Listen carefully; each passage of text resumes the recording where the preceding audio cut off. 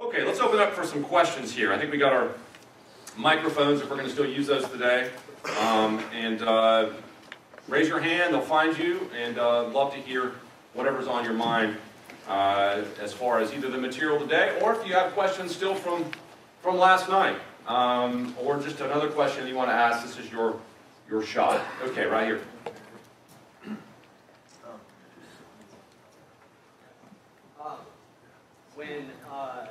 Not sure that's on in the back there, but we'll see. Go ahead. When I am interacting with like my atheist friend or my coworkers that are non-believers, and I progress along with them throughout our journey together in life, and I talk to them about the Bible, and I know there's not an exact answer, but at what point do you kind of just say, I can't interact with you anymore about this stuff? Because, especially with my postmodern friend, I find that it gets to a point where it just frustrates me, and I'm supposed to love them, but I get to a point where I'm like, I don't know what else. I've laid my case out, talked to them, and it's just like, they're just so deep in their sin, I think, that I just can't. I know there's not an exact, but if you have any advice. It's a great question. So if you didn't hear the question is, at what point do you find yourself going round and around and around with your non-Christian friend at the point of exasperation? You're just like, okay, let's be done here. And of course, I can't give you, as you said, I can't give you the time on that. I can say that experience is very common, where especially if you have a family member or a buddy that you're always with, and you feel like you've just kind of gone down that road 100 times, you're just missing each other. What do you do then? Well, a couple things. First of all, don't feel the need in the interactions you have with your non-Christians to always be in debate mode, right? I think sometimes we have this impression that if I'm a faithful Christian, every time I bump into my non-Christian friend, I'm like hammering away at them about everything we've been talking about, right? And you don't have to do that. You can just go to the movies or go to dinner with your non-Christian friend. You don't always have to talk about these issues. The second thing I would say is that part of the way we get them introduced to the gospel isn't just by virtue of dialogue or argumentation, which I think are valid. But there's other ways that I think we know and that are very basic. I mean, one idea is just invite them to church. Say, look, I don't want to argue with you. I just want you to come to church with me. Just come with me a couple Sundays and sit in there and tell me what you think. Or one other thing is to say, look, can we do a Bible study together where we don't talk about whether this is true or not, but we just study what it says? How about that? And I've seen that be effective. And then there's just time. Sometimes you just need to love your non-Christian friend, spend time with them, and then over time, trust that if the Spirit's going to work, the Spirit will work on them. But I mean, those are tough situations, and we just got to continue to bathe them in prayer. So great question. All right, other questions. You can just raise your hand where you are, and if you speak loudly, I think I might be able to hear you. I got a lot of voice. Okay. I have a question, because for the past decade, I've had a contradiction brought up to me a lot, because I'm a Christian woman. And I guess, like, 1 Timothy in chapter 2 has a lot of negativity towards women. And one contradiction that is brought up to me a lot, and a lot of my friends are atheists and agnostics, or whatever you want to call them, but the majority of my friends are. And I also was teaching in the church that I grew up in at that time, or not grew up in, we went together for a while for the time, and it has caused me to be a skeptic in the Word myself, because I sought the answer through websites, through leaders in the church, and I got called a feminist for asking those questions. Sure, yeah. Because they didn't have answers. And so, but, it says in, 1 John 3:16, for God so loved the world, He brought His Son to die for everyone. But in 1 Timothy 2, I think it's, verse 15, that women are saved through childbirthing. Yeah. Well, all of 1 Timothy 2 and even into 3 has caused all kinds of people to sort of struggle. A couple things there on that passage. One is, keep in mind that having a passage that's confusing or difficult is not at all surprising. That is one of 50 I could list out. I'm sure you could too. of other passages in the Bible you read like, what, a world? And what do I do with that? But is one passage that's confusing or complicated for us enough to think the whole thing is shot? And I would suggest not. And the reason is because I think, wouldn't you expect that there's going to be a confusing or complicated passage in the Bible that you can't fully understand? I would say yes. As far as that particular passage, women saved through childbirth, actually there's been a lot of good scholarly work on that. If you want to come and talk to me afterwards, I can point you to places that have looked at that, or send me an email and I can refer them to you. You have to realize that it's not talking about salvation there, as if people who don't have babies don't go to heaven, or something like that. And you can deduce that not only from the flow of the context there in 1 Timothy, but also you have to realize the word save there has multiple connotations in Greek. Sozo is what the word is. It doesn't always mean save as in go to heaven or not go to heaven, but the idea that fruitful life, if you will, even in this temporal earth, can come through childbearing. And it's not the kind of thing that requires everybody to have a child, but it doesn't have anything to do with whether someone goes to heaven. But what I would say is that make sure you whatever difficult passage you come across is not in itself a reason to think the whole thing is in question. I mean, I have plenty that I struggle with, and I've read a lot of the Bible. And so I think there's hope there that one passage shouldn't derail the whole thing. Talk to me afterwards, and I'll give you some more resources on that. The temple in John versus the cleansing of the temple in John versus the Gospels, how would you talk about that? Okay, the question up here, if you didn't hear, was, here's a supposed contradiction, is that when you look at the order of the Gospels, John has the cleansing of the temple at the beginning, and the synoptics, Matthew, Mark, Luke, and Matthew, Mark, and Luke have it at the end. Well, which one is it? Isn't this another contradiction, people say? I don't think so, and there's a couple, I think, possible answers to that. One is, I've already mentioned the non-chronological order of the Gospels. Lots of times, the stories moved around for thematic reasons. It would make a lot of sense why John would move the cleansing of the temple earlier in the life of Jesus, because if you read the Gospel of John and looked at some of the major commentaries, you know that the temple theme is big in John. And it seems that he wanted to hit that theme from the very start. One other possibility, actually, is that Jesus would have cleansed the temple at both ends of his ministry, as he started his ministry and as he ended it, sort of as a bookend to his ministry. John captures the first of those, and the synoptics capture it right before Jesus dies. I actually think that's pretty plausible. In fact, I had a seminary paper just last week where someone defended that view, and it's actually a very widespread view. D.A. Carson's a good example of someone who holds the two cleansings view. I think either one's an option in that story. Good. Yep. There are places where Paul says, this is my opinion, and such. Do we kind of approach that as it's sort of like the Proverbs, where it could be wisdom applied to an appropriate circumstance? So you're referring to 1 Corinthians 7, I believe, here, where Paul says, these are not the Lord's words, but my words. And he says that multiple times. Actually, I don't think that's a passage that's referring to Paul, where Paul's demoting his words as not inspired or just his opinion. When he says, these are my words, not the Lord's, I think what's going on there, and the major commentaries would agree on this, I think what's going on there is that Paul is saying, we don't have direct teaching from Jesus in his earthly ministry on this topic, so I'm speaking to it myself. And so it's not an issue of Jesus' words are authoritative, and then there's Paul, and this is just my opinion. But rather, you have the explicit words of Jesus on this topic, and for the topics he doesn't address, I, Paul, am speaking to it. So not I, but the Lord is speaking to this topic. A good commentary on that is Gordon Fee's commentary on 1 Corinthians, who gives actually a fairly good defense of that position. And doesn't Paul go ahead and defend his saying as one who has been chosen by Christ to give this message? So it is more than just an opinion. Yeah, so when you read Paul's letters, he often goes out of his way in his letters. This is particularly true in Galatians 1, to make sure his apostolic office is understood, defended, that, hey, I'm speaking for Christ, I'm not an apostle of Christ, I saw the risen Christ.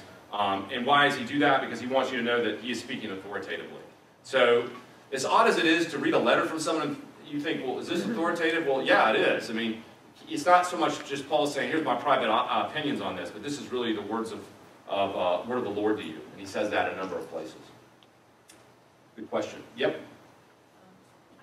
hear the argument a lot that the church has used the Bible in the past to stand on grounds of supporting, I guess, interracial marriage, supporting segregation, Jim Crow laws, back to slavery. Sure. So how would you address that today, saying now you're standing on with, using the Bible as grounds against same-sex marriage? Yeah.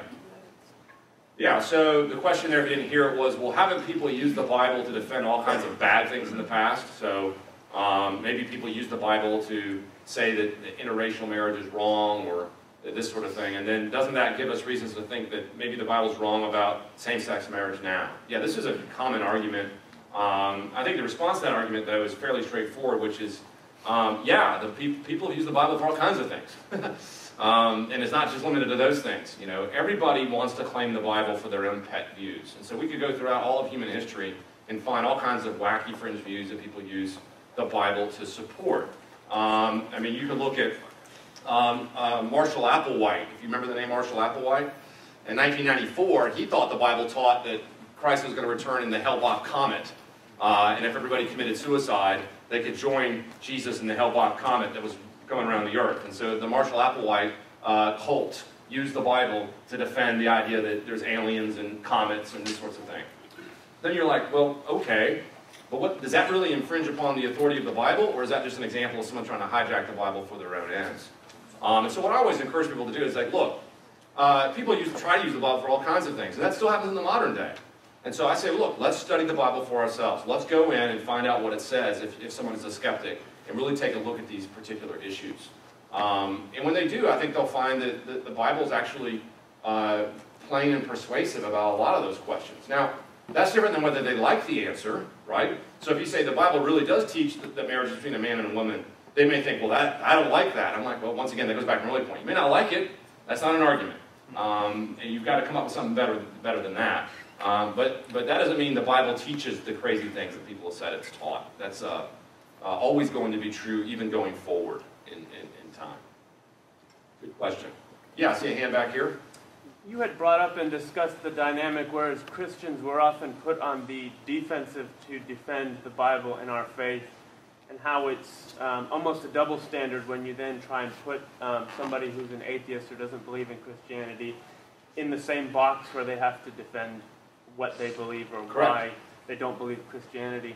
I'm just curious to hear why you think that dynamic seems so prevalent in our culture today, where you're immediately on the defensive as a Christian. Yeah, well, I think Christians themselves create the dynamic partially. And I think part of it is being on the receiving end of so much verbal attack that after a while you sort of just go into pure defensive mode. Okay? So think of like a boxing match. If someone's throwing a lot of punches, the other person's going to do a lot of blocking. Okay? And so what you have in the Christian world is that we're just doing a lot of blocking. We're just trying not to get hit. Okay? What I want to suggest is that rather than just blocking punches, we need to throw some of our own. Okay? And I mean that in all the right ways. Okay? Especially as it's being filmed. Let's go out and pick fights with people. I mean intellectually punching. We need to go on the offense. And so, yeah, I think it's a product of being, to some extent, a sub-part of our culture that's received a lot of attack, and you end up sort of getting in a defensive mode. I think my encouragement is that we need to think outside of that and really realize that non-Christian too needs to account for his worldview. It's hard to do. I think we're also trained to think that if I challenge a person's worldview, that I'm being sort of mean or offensive, or I'm telling other people they're wrong. And by golly, the last thing I want to do in my culture now is tell someone they're wrong. So I'm just going to take it on the chin and kind of hope I make it or I survive. I think that whole apologetic method is broken and needs to be rethought. So thus, I think we need to think about how to ask good questions, not just answer questions. We need to ask questions. Yep. I've always wondered about this one in Exodus 33, where it's Moses is speaking to the Lord. In one verse it says he speaks to the Lord speaks to Moses face to face.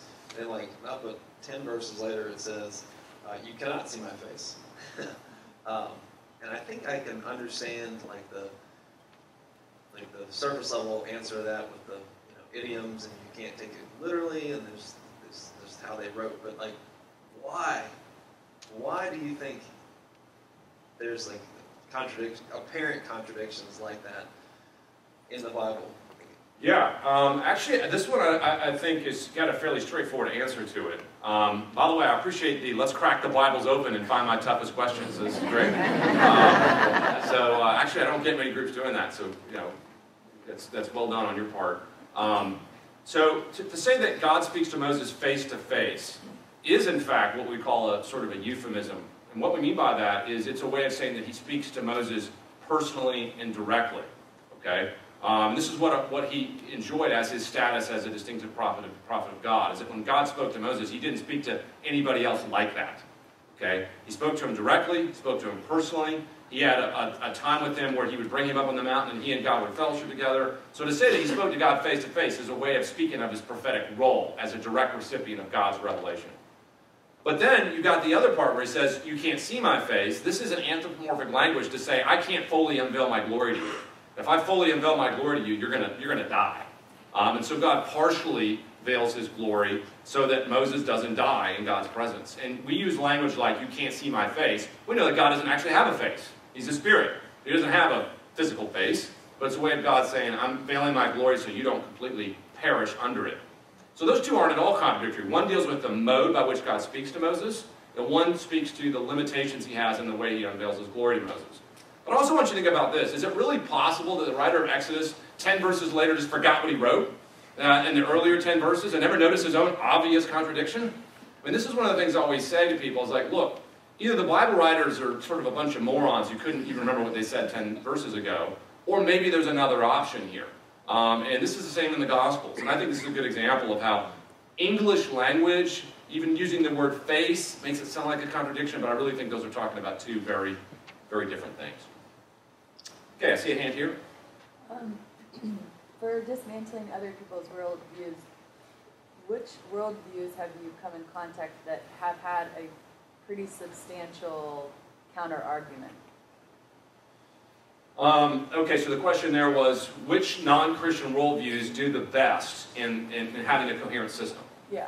Okay. Versus just my feelings or my opinion. So first thing to recognize is that hardly ever happens. Okay? And what I mean by that is that most non-Christians you talk to have a very patchwork, piecemeal, random, internally contradictory worldview. They never thought about it, and you point that out to them, and it's going to completely implode on itself. The worldviews that have the best shot of being coherent are actually theistic worldviews. And so if you can come up with a coherent, internally rational theistic worldview, you're going to have a good shot of making it a little further down the argumentative path. The problem, though, is that you can't just create your own theistic worldview from scratch. You end up buying into one of the existing ones. And so you're really dealing with sort of, as far as monotheistic worldviews go, Judaism, Islam, and Christianity are really the three games in town. Judaism being, in some sense, a subset of Christianity, if I can say it that way, you're really only talking about Islam as the only real competitor, so to speak, that could argue for a monotheistic worldview that could sort of mimic our every move, so to speak.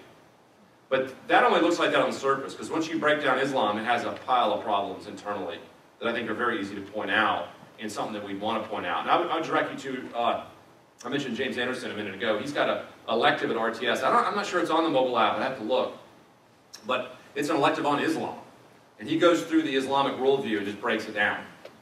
It's really helpful. So would I say that's the worldview with the best shot of competing with Christianity? Probably, but I don't think it really competes. I think it's on the surface the best shot of competing. You have to come up with some sort of theistic system. Dr. Kruger, could you give us like a little thumbnail sketch of how to maybe apply some of the early arguments from the beginning of Christianity to encounters with different kind of Christian sects that are theistic, but something like our Mormon friends or our Jehovah's Witness friends, to kind of talk about different quote-unquote Christian worldviews? Yeah. I think I understand your question. So obviously you have a lot of cult groups circulating. You know, we think about Mormons, JWs, there's others. People sort of look at those and think, well, how'd those pop up and why are they here and how do I handle them? Well, again, we would always base everything on Scripture. When you look at Scripture, those groups depart significantly from Orthodox teaching, but in particular, they depart from the long history of teaching the church has had. One of the ways we gauge orthodoxy is not just privately looking at my Bible sitting under a tree somewhere. Part of the way we gauge orthodoxy is by looking at the large swath of Christian heritage behind us. In other words, what have Christians been saying for thousands of years about the Trinity, about Jesus, about the Bible, and so on. And when you ask it that way, these groups become immediately obvious as fringe groups. And in early Christianity, they had their own fringe groups. You know, if you lived in the 2nd century, it wouldn't have been Jehovah's Witnesses you were worried about. It would have been Gnostics that you were worried about. There a bunch of the Gnostic, Valentinian, Gnostic sects all the time causing trouble. And the Orthodox guys were always trying to fight them. And it's very similar to our day in the same kind of idea. We have time for maybe one more question. All right, right here, one more. Make it a good one, man. You're the last one. Yeah, all the pressure. Synoptic problem, the theory of that Matthew and Luke got a copy of Mark, and Mark used Q, and they both had each other's kind of gospel as theirs was written and found in history when the viruses were found. Okay, so great question. So he's like, help us understand what's called the synoptic problem. In other words, the synoptic problem is the relationship of Matthew, Mark, and Luke to each other. And did they use earlier sources? Okay, this is a big question in modern scholarship. If you download my Gospels class, I have an extended lecture on this. The quick answer is this. I think there's every good reason to think Matthew, Mark, and Luke knew each other. They would have all moved within the apostolic circle. I don't think there's any reason to think it's a problem for one gospel author to rely on another source outside his own brain. He's going to use sources as they write.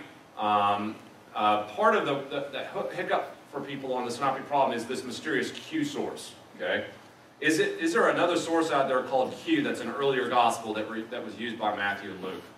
That's a scholarly theory. It's by no means proven. I'm skeptical about the specificities of Q. I don't think there's anything like Q that can be ascertained with the detail that scholars ascertain it. I always remind my students that in terms of manuscripts and in terms of historical discoveries, there's no such thing as a Q gospel. It doesn't exist. There's never been one found. It's just a purely hypothetical reconstruction in the mind of scholars. They're pretty certain about it, but it's very, very hypothetical. I tell my students too, I was like, you know, if you wanted to check out Q from the library, you can do that. There's a book called Q. You can go in the library and it gives you what all they think is in Q, which is just parts of Matthew and Luke anyway. But nonetheless, they think that's an early gospel. So I'm pretty skeptical about the specifics of Q, but I think things like Q could have existed. I talked about this last night under the heading of apocryphal gospels. I think, do we probably have early sources of Jesus out there that theoretically could be discovered that might be like Q? Possibly. We haven't found any of them, but I think it's hypothetically possible. So I don't have an objection to Q in principle. I have an objection to Q in terms of the specific reconstructions that scholars are absolutely certain to contain these verses and not others. I find that to be dubious on a number of levels. Okay, I'm turning it back over to our host here.